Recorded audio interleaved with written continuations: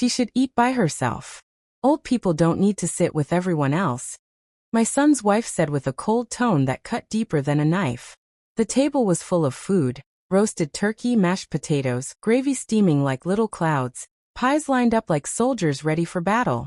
But instead of laughter and family warmth, silence fell over the room. My heart sank. My hands, already weak with age, trembled on the edge of the tablecloth.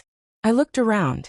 My son's eyes avoided mine, stuck to his plate as though the sweet potatoes were suddenly the most interesting thing in the world. My granddaughter shifted in her seat, looking down at her lap, too afraid to speak up. The chair beside me felt like a lonely island, and I realized in that moment, I was not wanted at the table where my own family feasted. That was the moment my Thanksgiving in Georgia turned into heartbreak. But let me take you back to the beginning, before the feast, before the words that cracked my spirit. Because a story like this does not just happen in a blink. It grows piece by piece until one sentence changes everything. My name is Margaret, but people call me Grandma Maggie. I am 78 years old, born and raised in Georgia, USA. And before I go further, I want to pause here and ask you, my dear listener, to please subscribe, like, and click the notification bell so you never miss any of my upcoming stories. They are real, raw, and full of lessons you and your family can learn from. Now tell me, what part of the country are you watching from? Let me know down below before we continue. I had looked forward to that Thanksgiving for months. My son Daniel had invited me weeks before, saying, "Mom, you should come down. The kids will be happy to see you." My heart bloomed with excitement. You see, after my husband passed away, the holidays were not the same. The house was too quiet, the rocking chair creaked too loudly, and the clock seemed to tick slower with every passing day. So, when my son called, I felt a spark of joy I hadn't felt in years. I packed my suitcase 2 days early, carefully folding the cardigan my late husband had bought me decades ago. The one with little embroidered roses. I baked my famous pecan pie, the kind people in my church used to fight over, and wrapped it with care. The drive from my small town to their home in Atlanta was long, but my heart was light. I imagined the children running to me, shouting "Grandma," and hugging me tightly. When I arrived, things seemed good at first. My son hugged me, though it was quick and stiff, like his mind was already elsewhere. My granddaughter smiled and helped me with my bag, but my daughter-in-law, Linda, only gave me a thin smile, the kind that doesn't reach the eyes. I tried to ignore it. Maybe she was just tired from cooking. After all, Thanksgiving is stressful for everyone. The day before Thanksgiving was calm. I sat on the porch swing, sipping sweet tea and telling the children stories about when their father was young. They laughed so hard when I told them about the time he climbed a tree to escape a bee and ended up stuck for 3 hours. Those were the sweet moments that reminded me why I made the trip. But little cracks were already showing.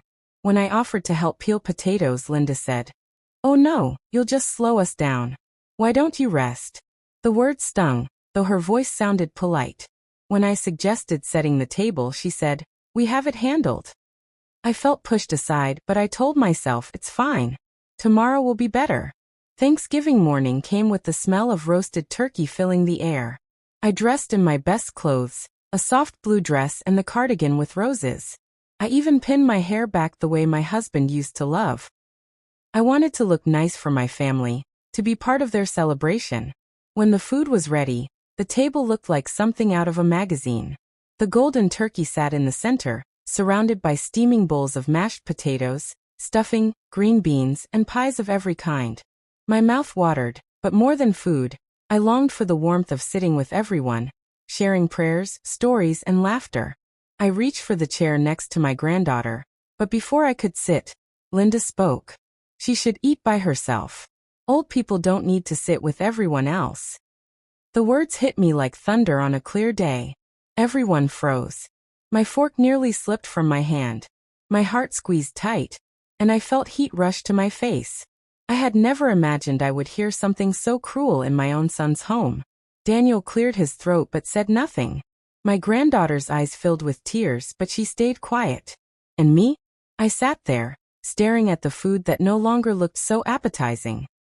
My appetite vanished, replaced by a hollow ache in my chest. I wanted to scream. I wanted to ask, why? But the words stuck in my throat.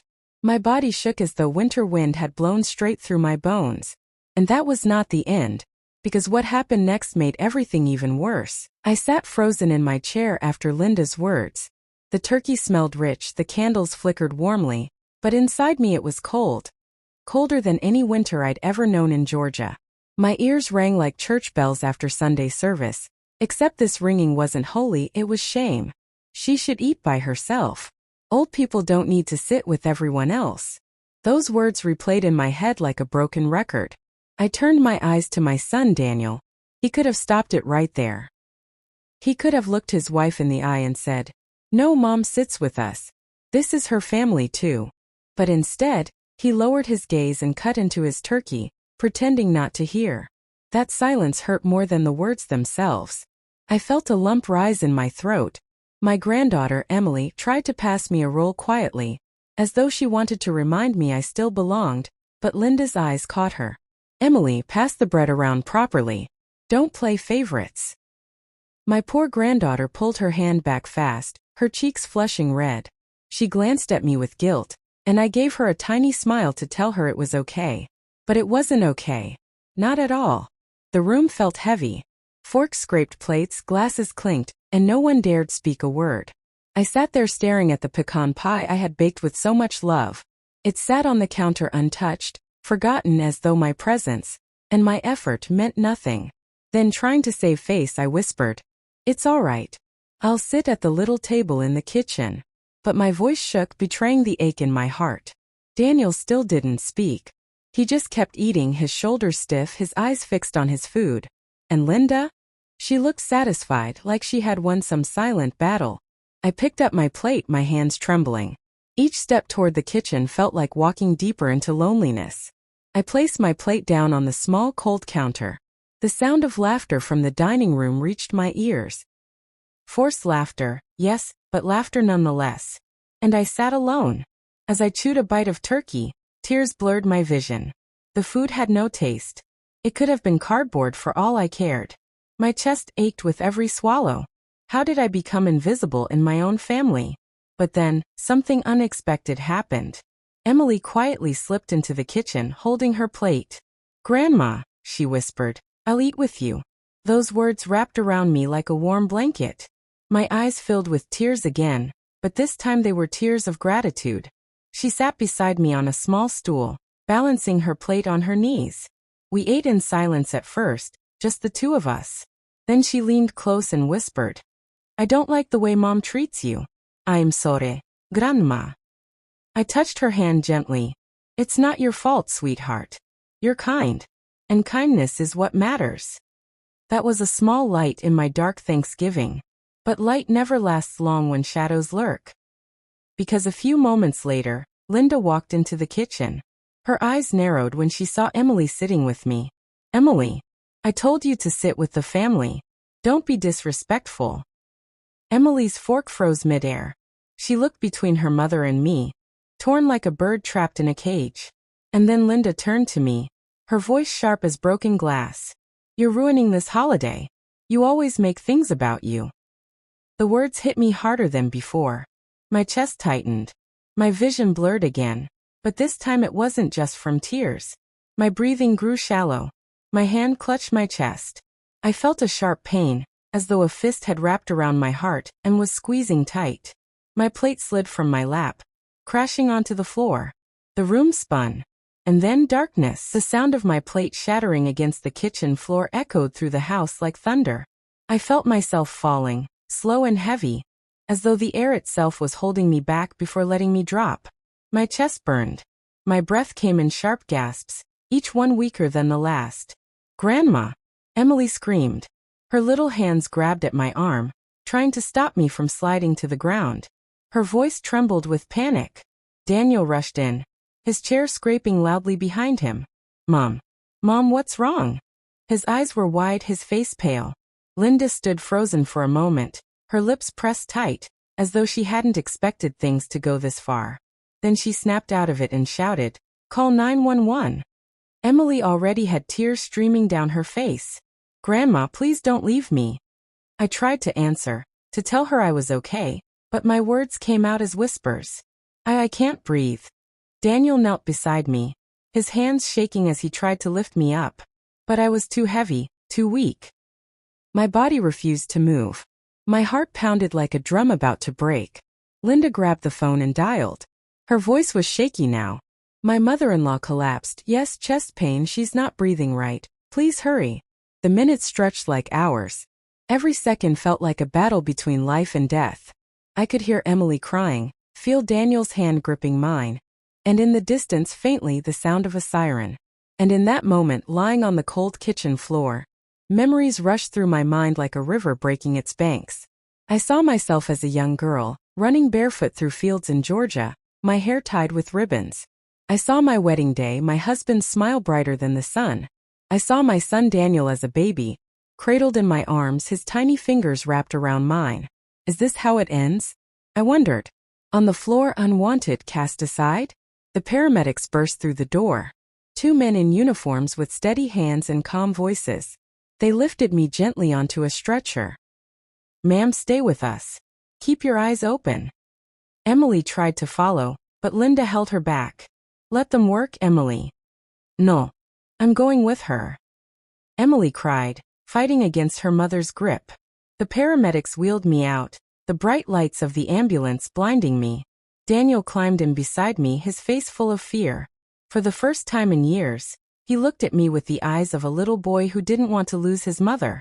Hang on, Mom, he whispered, holding my hand tightly. Please hang on. Inside the ambulance, the world was a blur of flashing lights, oxygen masks, and hurried voices. Blood pressure dropping. Prepare the defibrillator. I heard the beeping of machines, felt the cold sting of something pressing against my chest. Then shock. My body jerked as electricity shot through me. Come back, ma'am. Don't give up now, one of the paramedics urged. And somehow through the fog I whispered, Emily. The ambulance rushed through the streets of Atlanta, sirens screaming like desperate cries. Daniel sat by me, his face wet with tears he didn't bother to wipe away. He kept whispering, I'm sorry, Mom. I should have defended you. I'm sorry. For a moment I thought I would fade away right there, carried off by the sound of sirens. But then my chest rose again. My eyes fluttered open, weak but alive. The paramedic leaned close. She's stabilizing. She's fighting. When we reached the hospital, everything moved fast. Bright white lights, nurses rushing, machines beeping. They slid me into a room, wires connected to my chest, oxygen mask over my face. Daniel stood outside, pacing, his hands running through his hair. Linda arrived with Emily, who broke free from her mother and ran straight to her father. Is Grandma going to be okay? She sobbed. Daniel knelt and hugged her tightly. I don't know, sweetheart. I don't know. Hours passed in that cold hospital room. I drifted in and out of sleep, each time waking to the sound of machines and muffled voices. At one point I heard the doctor speaking to Daniel. She had a mild heart attack. Stress is a big factor here. She'll need rest and care. And most importantly, she needs a supportive environment. Emotional strain can be just as dangerous as physical illness. I wanted to cry.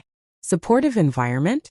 How could I have that when my own son's wife didn't even want me at the same table? The truth burned inside me. Later, when the doctor left, Daniel came into the room. His eyes were red. He sat beside me and held my hand again. Mom, he whispered. I failed you tonight. I let her disrespect you and I didn't stop it. I should have stood up for you. I looked into his eyes, searching for sincerity. Then why didn't you? I asked, my voice weak but steady. He swallowed hard. Because I was afraid of causing a fight. But seeing you like this, I realize silence can be worse than any argument. Mom, I'm sorry. I wanted to forgive him. I wanted to believe his words. But something deep inside warned me. This was not the end of the storm. Because just as I began to rest, the hospital door opened, and Linda walked in. Her face was cold, her arms crossed. And the words that came out of her mouth next made my blood run colder than ever before. The door creaked open and Linda stepped inside, her heels clicking against the tiled hospital floor. Her face was unreadable, like a mask carved from stone. She looked at me lying in the hospital bed, machines softly beeping at my side, wires attached to my chest. Daniel shifted uncomfortably in his chair. Linda, maybe give us a minute. But she raised her hand to silence him. No, I need to say this now. The air in the room grew thick. Emily stood by the doorway, her eyes darting nervously between her parents. Linda folded her arms tightly. Her voice was steady but sharp. This, she gestured toward me, her words cutting like a blade, cannot keep happening. I did not sign up to be a nursemaid. If she can't handle being here, then maybe she shouldn't be here at all. The words hung heavy in the sterile air. Daniel's jaw tightened. Linda, stop. This is my mother. She's a burden, Daniel. Linda snapped. She's fragile, she collapses. And now she's lying here because of stress. And you know what that stress comes from? Always wanting to be in the middle of everything. Always needing attention. It's exhausting. Her words pierced me deeper than the heart monitor's steady beeping. A burden. That was what she saw me as. Not a mother. Not a grandmother. Just a weight dragging her perfect life down. Emily burst into tears. Mom, don't talk about Grandma like that. She didn't do anything wrong. Emily, go wait in the hall, Linda ordered, her tone icy. No. Emily shouted, her small body trembling but her voice strong. Grandma belongs with us. She loves us. You're the one who doesn't want her here. Daniel stood, his face red with anger. Enough. Both of you. He turned to Linda. Do you hear yourself? My mother almost died tonight, and you're standing here talking about how she's a burden? What's wrong with you? Linda narrowed her eyes. What's wrong with me? What's wrong is you letting her control everything. She takes up space, she takes up time, and she takes up energy. We can't live our lives with her shadow hanging over us. The room was silent except for the beeping machine. I could barely breathe, not from sickness but from the weight of her words. My son and his wife stood on opposite sides of the bed, divided like enemies on a battlefield.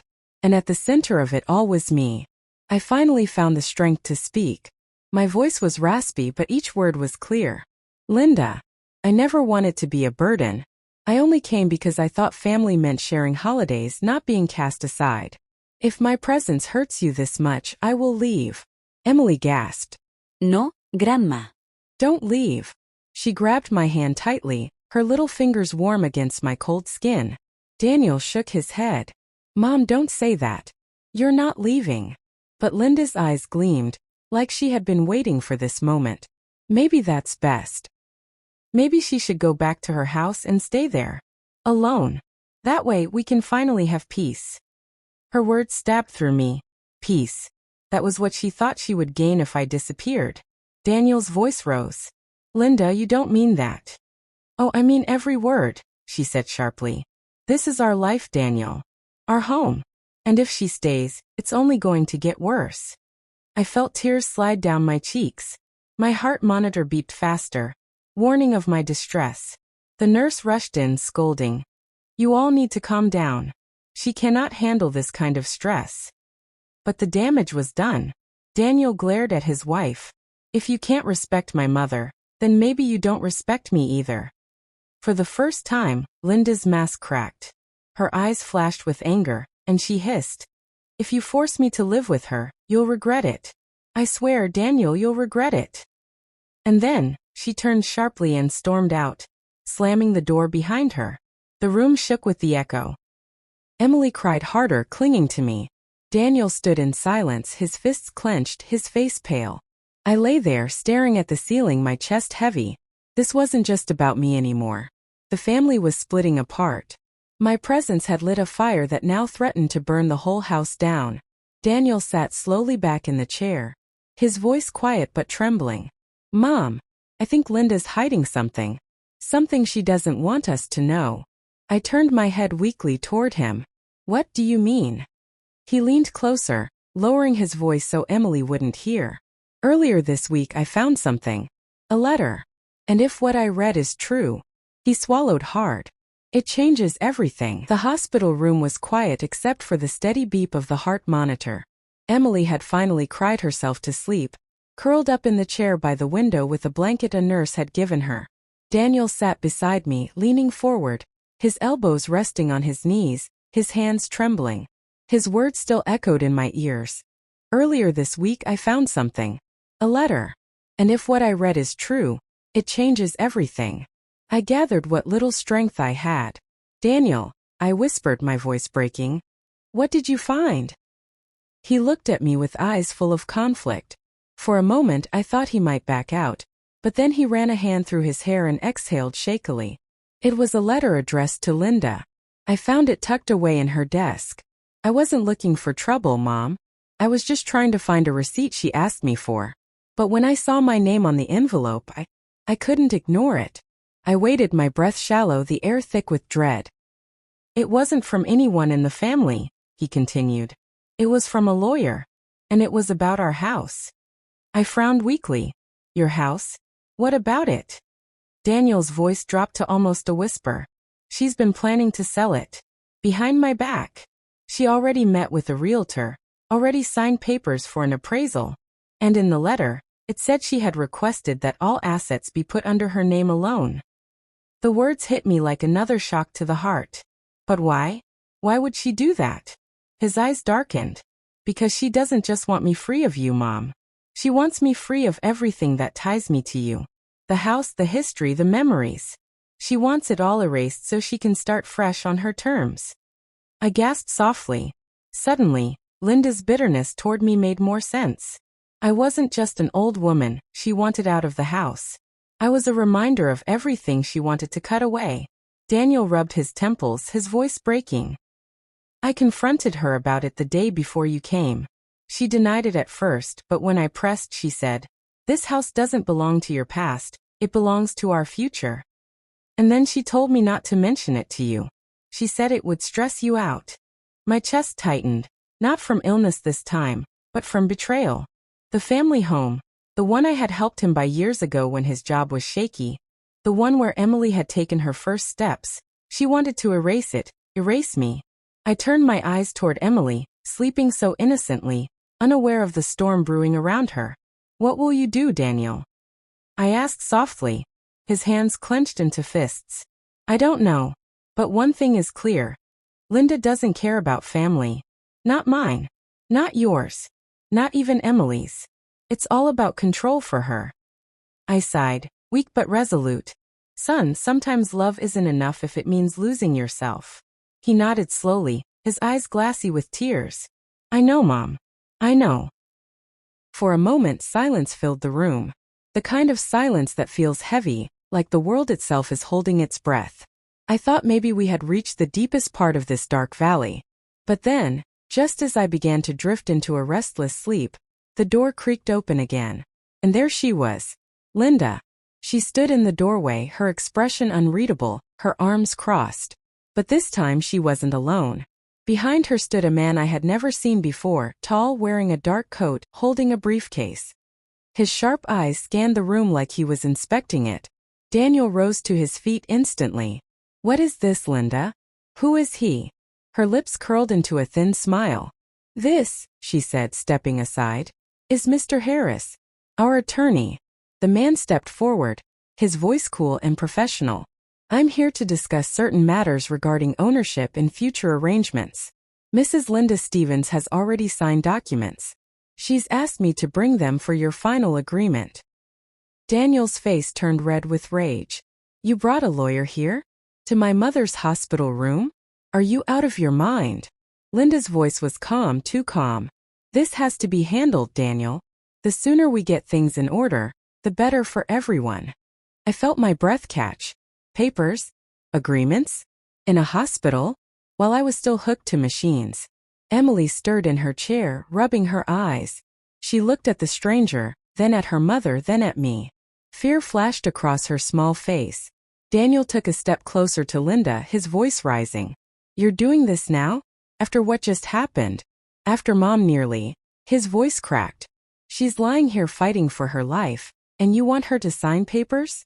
Linda's eyes flashed with irritation. This isn't about her. It's about us. Our future. And the longer we wait, the more complicated it becomes. The lawyer opened the briefcase, pulling out a stack of documents. His cold voice filled the room. If you'd like, we can begin reviewing them now. I felt the heart monitor quicken, the beeps growing faster. My hand shook as I pointed toward them. "Get him out," I whispered. But before Daniel could react, Linda leaned close to me, her eyes burning with quiet fury. And in a voice so low only I could hear, she hissed, "If you don't leave my house for good, I will make sure Emily forgets you ever existed." My entire body went cold. My heart skipped. Emily, my sweet granddaughter. I tried to speak, but my breath caught. My chest burned again. And then, suddenly, the monitor beside me let out a piercing alarm. Beep, beep, beep. Nurses rushed in, shouting orders. Daniel shoved the lawyer aside and screamed, "You're killing her." Linda stepped back, her face pale but her eyes still burning. And as the room spun into chaos, the last thing I heard was Emily crying out, "Grandma, don't go." Then darkness swallowed me again. The shrill alarm of the heart monitor filled the room. Nurses rushed in, pushing Daniel back as he tried to hold on to me. The lawyer stumbled toward the door, clearly shaken by the sudden chaos. Linda froze in the corner, her face pale, her lips pressed tight as if she hadn't expected her whispered threat to drive me this far. "Code Blue," a nurse shouted. Hands pressed against my chest. Oxygen was forced into me. The sharp smell of antiseptic and the frantic commands of the doctors blurred together. Pulse dropping clear. Another shock hit me, my body jerking off the bed. Somewhere in the distance I heard Emily scream, "Don't let Grandma die." Then there was nothing but a roaring silence. Inside that silence, I felt myself drifting. It was strange, like floating above water. I could see the hospital lights fading, the shouting voices echoing far away. I thought of my husband, waiting on the porch of heaven, smiling at me with his hands outstretched. I wanted to go to him. I wanted to rest. But then, through the fog, I heard it. "Grandma, please fight. Please don't leave me." Emily's voice. Small, desperate, pure. My eyes shot open. The doctors leaned in, surprised. "We've got a pulse," one shouted. "She's coming back." Air rushed into my lungs again, painful but alive. The world came back in blinding white lights and frantic motion. I was weak, so weak, but I was alive. Daniel pushed past the nurse, gripping my hand tightly. His face was wet with tears. "Mom, don't you dare leave me. Don't you dare." I tried to smile, but my lips barely moved. "I'm still here." Emily sobbed and buried her face in my blanket. "I prayed, Grandma. I prayed so hard." The doctor finally turned to Daniel, his voice stern. "She cannot take this kind of stress again. If her heart gives out one more time, we may not be able to bring her back." Daniel nodded quickly. "I understand. I'll make sure nothing upsets her again." The doctor gave him a long look, then left with the nurses. The room quieted, leaving only the hum of machines and the uneven breathing of those inside. Daniel turned, his eyes blazing, toward Linda. "What the hell is wrong with you?" His voice shook with rage. "Bringing a lawyer here? Whispering things to her while she's hooked up to machines? You nearly killed her." Linda lifted her chin. "You're overreacting." "Overreacting," Daniel shouted. "You just threatened my mother. I heard what you said." Her eyes flickered, just for a second, but then she stood tall. "You didn't hear anything." She's old, confused. She probably imagined it. Emily's small voice broke through, trembling but brave. "No. I heard you too, Mom. You said you'd make me forget Grandma if she didn't leave." The words hit like a hammer. Linda's face went pale, her confidence cracking.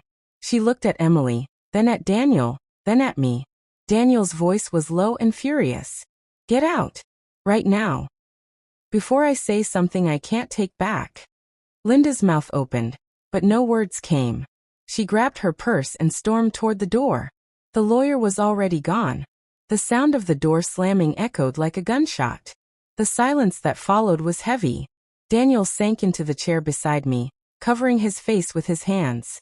Emily climbed onto the bed carefully, resting her head on my arm. I stroked her hair weakly. "You were brave, sweetheart. Don't ever be afraid to speak the truth." She sniffled. "But what if Mom hates me now?" I kissed her forehead softly. "Sometimes the truth makes people angry, but the truth will always set you free." Daniel lifted his head, his eyes red. "Mom, I don't know what's going to happen with Linda, but I promise you this, she will never hurt you again. Not while I'm here. His words gave me some comfort, but deep down, I knew Linda wasn't done. Women like her don't just walk away quietly. She would come back, and when she did, she would be even more dangerous. That night, as I drifted in and out of uneasy sleep, I dreamed of shadows creeping through the hospital halls, of whispers in the dark, of doors opening when no one touched them. And just before dawn, I woke with a start, because standing in the corner of my hospital room, half hidden in the shadows, was Linda. Her eyes locked on mine, and in her hand, she held something small and sharp that glinted under the dim light.